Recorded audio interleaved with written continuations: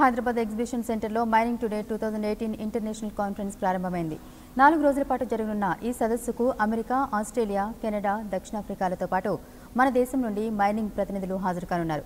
ఈ సదస్సుకు రాష్ట్ర గవర్నర్ నరసింహన్, కేంద్ర మంత్రి తోమర్, రాష్ట్ర ఐటీ శాఖ మంత్రి KTR హాజరయ్యారు.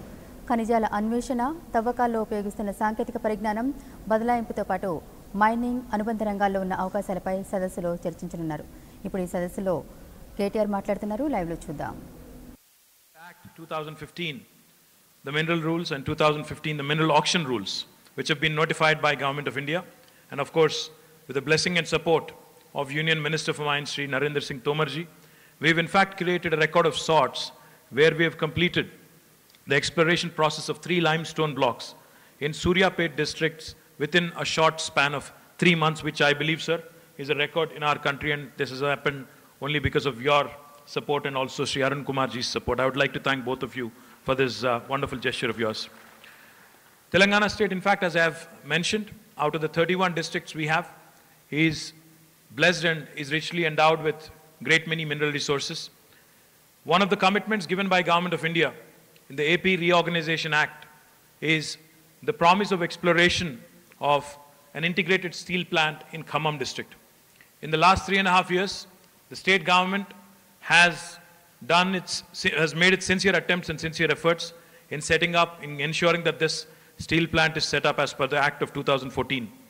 We have constantly been in touch with Union Ministry of Steel, and we've also been discussing with NMDC, and we've also been exploring several out-of-the-box solutions, including a tie-up with a 𝐓𝐫𝐞𝐬 mine, which is owned by NMDC in Chhattisgarh. The state government has also sanctioned ₹2 crores to Rail Vikas Nigam Limited to take up the feasibility studies for laying a railway line between 𝐓𝐫𝐞𝐬 to the proposed integrated steel plant site in 𝐓𝐫𝐞𝐬 district. If this is approved by Government of India, I have no doubt in my mind that this project will not only be feasible, but it will also be viable and very much profitable, and also will create great deal of employment for the youth of Telangana. And I hope that Government of India and Honorable Minister Shri Tomar ji and also Honorable Union Minister for Steel Shri Chaudhary Birender Singh ji will certainly bless us and will certainly guide us in this direction.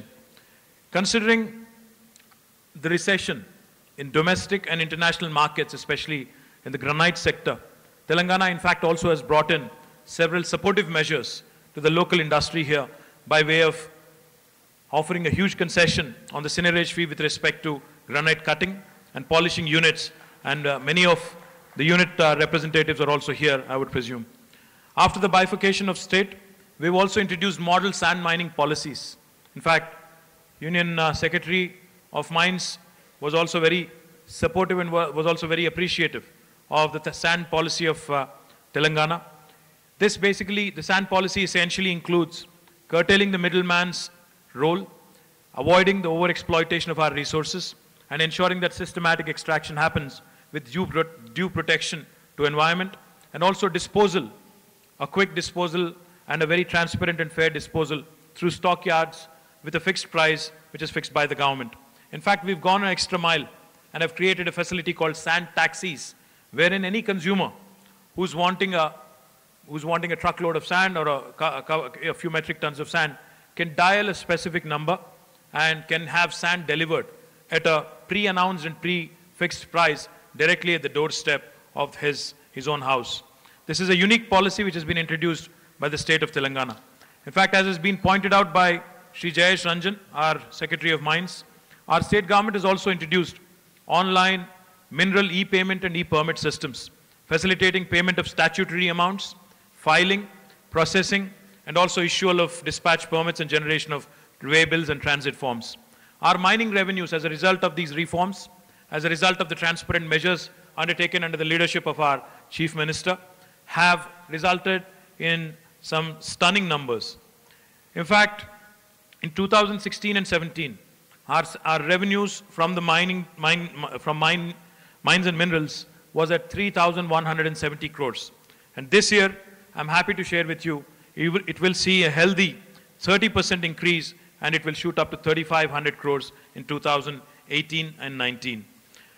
Also at the same time, We focused on, as per the direction of Honorable Prime Minister, we focused on DMF, which has resulted in almost 1,328 crores being realized by the state government. While all of this is happening, I would also like to point out, in fact, with TSI Pass, our revolutionary industrial policy, we've also been able to attract a great deal of employment in the mining sector by way of creating ancillary industries as well. But what I would like to focus on, all the success, all the amazing stories, I'm sure will be explained to all of you in the course of next couple of days by my friends here, my local mining officials here in the state of Telangana. But for the next 2 days, while you deliberate, all the delegates here, I would urge you to consider the following 5 points for your deliberations, for your discussions. Mines, as I've pointed out, is national treasure. It belongs to the people of this country. So I think with the help of Union government, with the help of Union Mines Minister and his team, we've been able to bring about great deal of transparency with respect to allocation of mines. We've been able to bring a great deal of confidence to the process. We have made it process-oriented and not people-oriented. We've institutionalized the change and taking away the individual discretion. Transparency in allocation can be further improved. I'm sure your deliberations on this would give more light and would give more practical and pragmatic solutions to take this forward in a much more robust fashion. The second most important thing, I think possibly one of the most important concerns across the world with respect to mining, has been about environment and the detrimental effect mining has had in the past on environment. How can we ensure that we are in consonance with nature? How can we ensure that all the abandoned quarries across the entire landscape of our country can be rejuvenated, can be made? How can we also ensure that going forward, while we mine, while we also raise revenues for our state, our country, at the same time, our commitment and our concern for the future generations of this world are also exhibited in a similar fashion, in a very robust fashion. The third thing I would like to point out, I'm pretty sure you all agree that the safety of our miners, our mine workers, is also of great deal of concern to us. So how can we ensure that the best practices from across the world are also replicated in our state and also in our country?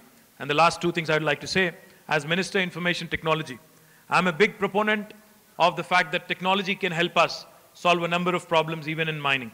In fact, drone technologies which are being used currently very, very actively around the world can help us identify encroachments, can help us identify excess mining, can also help us identify number of solutions, can help us give number of solutions with respect to proper mining in our country. Geofencing, geotagging, RFID technology, all of these together, a combination of all of this, I'm sure will also help us achieve more revenues at the same time, ensure that our environment is also taken care of. And the last point I would like to make, as miners, as mining departments, and as governments, our responsibility towards environment is only augmented by what our Honorable Prime Minister has been talking about with respect to DMF. The social responsibility of all the miners in this country is something that I would like to once again remind you. I would like to urge you to concentrate more on ensuring that the socially responsible mining, the environmentally friendly mining practices which are currently prevalent across some of the first world countries are also replicated in our country. Thank you very much for this opportunity.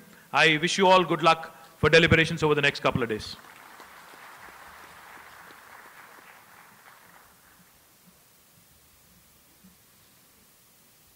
Thank you very much, sir, for providing us with great insights.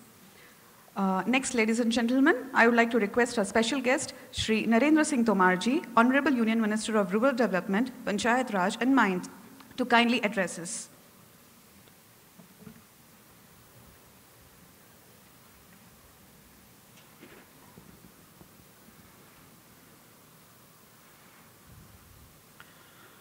आज के इस अवसर पर हम सबके मध्य उपस्थित माननीय राज्यपाल श्रीमान नरसिम्हन जी,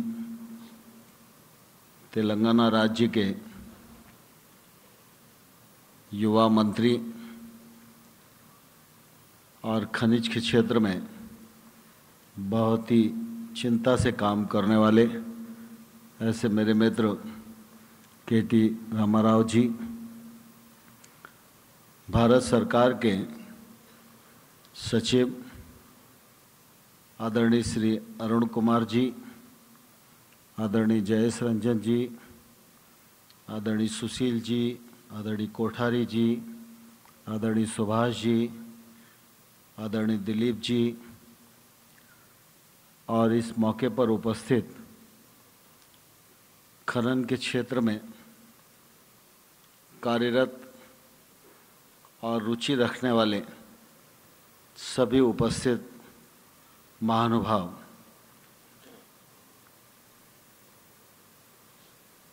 तेलंगाना सरकार के साथ माइनिंग इंजीनियरिंग एसोसिएशन और फिक्की ने उपक्रम करके खनन के क्षेत्र को गति मिले, इस दिशा में विमर्श बढ़े, इसके लिए इस प्रभावशाली मंच का आयोजन किया है। इसके लिए मैं KT रामाराव जी को, कोठारी जी को और दिलीप जी को संयुक्त रूप से बहुत धन्यवाद देना चाहता हूं और उनके प्रति कृतज्ञता इसीलिए भी व्यक्त करता हूं कि उन्होंने इस कार्यक्रम में मुझे आमंत्रित किया और मैं जिस क्षेत्र को केंद्र सरकार में मंत्रालय के रूप में देखता हूं, उस क्षेत्र में काम करने वाले तमाम सारे सज्जनों के दर्शन करने का यह सौभाग्य उन्होंने मेरे जीवन में उपलब्ध कराया। इसके लिए मंत्री जी का हृदय से बहुत धन्यवाद देना चाहता हूं।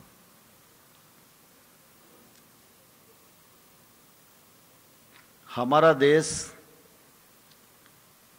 कृषि प्रधान भी है और गांव प्रधान भी है।